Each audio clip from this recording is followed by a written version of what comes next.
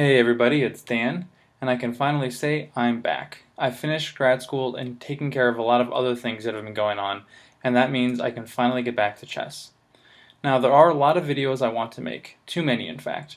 There are a couple of openings and defenses I've looked into but never gotten around to making videos of, including the Evans Gambit, the King's Gambit Decline, the Falkbeer Counter Gambit to the King's Gambit, several variations of the French, and some Queen's Pawn openings such as the Queen's Gambit and the Slav.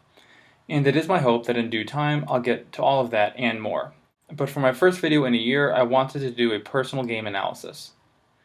This game is one I played quite a while ago with the over-the-board partner I mentioned in my last personal game analysis. It was in fact, I think, the first game we played, and there are several lessons I got from this game which I think are useful for everyone. So without further ado, I'll get into the game. I am playing white, and my partner is playing black. The opening we get into is the Vienna game, although the move order is switched up a little bit here. We both develop our bishops, black develops the knight, I play d3, black castles, I develop my knight, and then castle, and we're in a completely symmetrical position here. Black develops the light square bishop, and I have a choice, to capture or not. I choose not to, since capturing will give black the f-file to play with, and so instead, here in this position, I drop the bishop back to b3, so that when my opponent captures, I end up with the half-open a-file. From here, black drops the knight back to prepare to strike at my center. I play bishop to d2, which I don't think is the most active developing move. I could have tried something like bishop to e3 to try to get the f-file, similar to the situation with the light square bishop a few moves back, but I didn't. Here, black strikes at my center with f5, and now I play bishop to g5. The reason I didn't play this immediately was, if we go back a position here, if I play bishop to g5 right away, then black can just play f6 and kick my bishop back, gaining a tempo. So instead what I did was first develop to b2, and then after the pawn moves and can no longer kick back my bishop, that's when I play my bishop to g5. The black queen moves out of the way, and I develop my queen to d2, lending more support to the bishop. That connection, however, is immediately cut off with pawn to f4. Here I played knight to e2, thinking of lending more support to a d4 push. My opponent's next move was queen to g4, but it turns out a better move would have been simply h6. Queen to g4 allows me to move forward with my d4 push, and in the game that's what I play. But if we back up here just a move, if in this position black plays h6, now things are a lot different, because when d4 is played, black can recapture with the bishop. White captures the pawn on f4, but black gets the pawn on b2. White hits a check, black blocks, and now white gets the pawn on b7. Black here forces the queen exchange, after which both bishops are captured. Black attacks the pawn on e4, white defends, black attacks it a second time, white defends with f3, and now black pushes g5 to defend f4. And this position here is ever so slightly in black's favor, which, according to the computer, would have been better than queen to g4, after which white has a positional advantage worth over a full point. So, to continue with the game, after queen to g4, I push d4. My opponent retreats the bishop, and I play d captures e. Now at this point, it should be said that white has a significant positional advantage, according to the computer, nearly 3 points in white's favor. However, black's next move leads to a really crushing positional advantage for white, over 6 points. Black's move here is d captures e. However, a move that would have kept white's advantage to a minimum is knight to c6. If knight to c6 is played, white can hit a check on d5. After the king moves, white can push h3 to kick the queen back, and then jump in and capture on f4. Black can continue with d captures e, and the knights are exchanged. At this point, white wants to get the queens off the board, so to avoid that right away, black plays queen to d7, so that after queen to e6, black can move queen to b5, avoiding the queen exchange and attacking the bishop in the process. e5, however, blocks the attack. Black can play knight to d6, since if the knight is captured, the queen gets the bishop and is in an active position, forcing the knight to retreat. So instead here, instead of capturing the knight, c4 is played. Now the queen has to stay in the 5th rank in order to keep the pawn on e5 in a semi-pin. Otherwise, the knight on d6 drops for nothing. However, after queen to c5, white is able to succeed at getting the queen exchanged, and now here white's advantage is still significant with connected pawns in the center. Now again, this is all relative. White regardless has a strong position. The task for black is to keep the advantage from growing too large. So to go back to this position right here, After the pawn captures DE, black should play knight to c6. However, in the game, black actually plays DE, and my positional advantage grows. I first hit a check on d5, and black here makes a really bad move by blocking the check with rook to f7. Now if you'd like, you can pause the video and see if you can spot white's follow-up move in this position, but I'm just going to show it to you right now.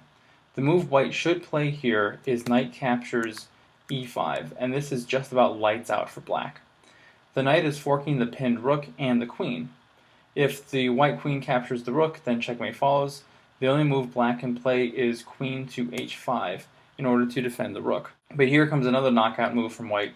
Knight captures f4, and it's just about game over. The queen has to defend the rook, but there's now nowhere for her to go to avoid the attack. Black can either save the queen, for example, queen captures on g5 and then lose the king, or in this position, black can just give up the queen. Even if black plays c6, the white queen just falls back to c4, and then the black queen falls. So going back in this position right here, instead of blocking the check with the rook, black can simply sidestep with king to h8. After that, with best play, white is still going to end up a minor piece. For example, queen captures on b7, c6, the rook is captured, the queen comes back to defend. White can actually give back a little material and play rook captures a7. Black can attack the queen first, but that's okay because since white is up material, it wants to trade down. White offers the queen exchange, and then black plays bishop captures a7, queen captures a7, and white here is up not only a full minor piece, but also 2 pawns, so it's an even rook full of material. So again, going back here, rook to f7 to block is losing, but king to h8 isn't really much better. However, incredibly enough, after rook to f7, I did not see knight captures e5 in the game. Instead, I played queen captures e5, and now things start to swing in black's favor. First, c6 is the tempo on the queen, then comes rook to d8, attacking the queen. Sadly, once again, I play a terrible move. I did not notice that the square d8 was covered by my bishop, and so instead of capturing, I just retreated the queen. Black gets another tempo on my queen, and after queen to a4, black saves the rook by doubling up on the f-file. I try to reposition my knight, and then my opponent plays a blunder with knight to e5. I think the tactic here he was thinking of was of deflection. If I capture the knight, then black gets the bishop, which is true, but then after this, I get the rook. So after seizing the initiative earlier but letting it slip away twice, I'm suddenly back in a superior position. However, the game's not over yet. From here, I play knight to d5, trying to centralize my knight. Unfortunately, this move gives the initiative back to black. After f3, I'm forced to weaken my light squares around my king, and subsequently, I'm in a lot of trouble. Queen to g4, and I try to defend with knight to e3. However, this presents my opponent with a mating opportunity. In fact, it's a mate in 9. If you want, you can pause the video and try to find it, but I'm just going to show it to you now. The mate in 9 begins with queen to h3. The threat here is bishop captures e3, removing the defender of g2. So white's best move here is king to h1, so that after the capture, rook to g1 is available to cover g2. After this, you have bishop captures f2, and white is going to lose the rook. After the recapture here, you have f2, and the noose tightens. Now, obviously, this position was resignable a few moves ago, but to drag out the mate as long as possible like a computer would, white can play queen to d4.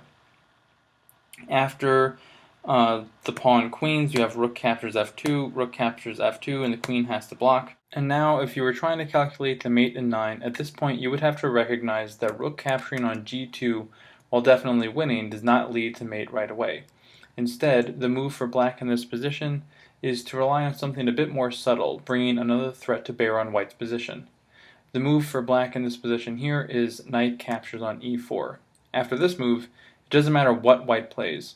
For example, they could play something like pawn to c4, and the knight is ready to hit the checkmate on g3, exploiting 2 different pins, both the queen and the pawn. Alternatively, in this position, queen captures f1, queen captures f1, checkmate. So that was the mate in 9 that my opponent missed.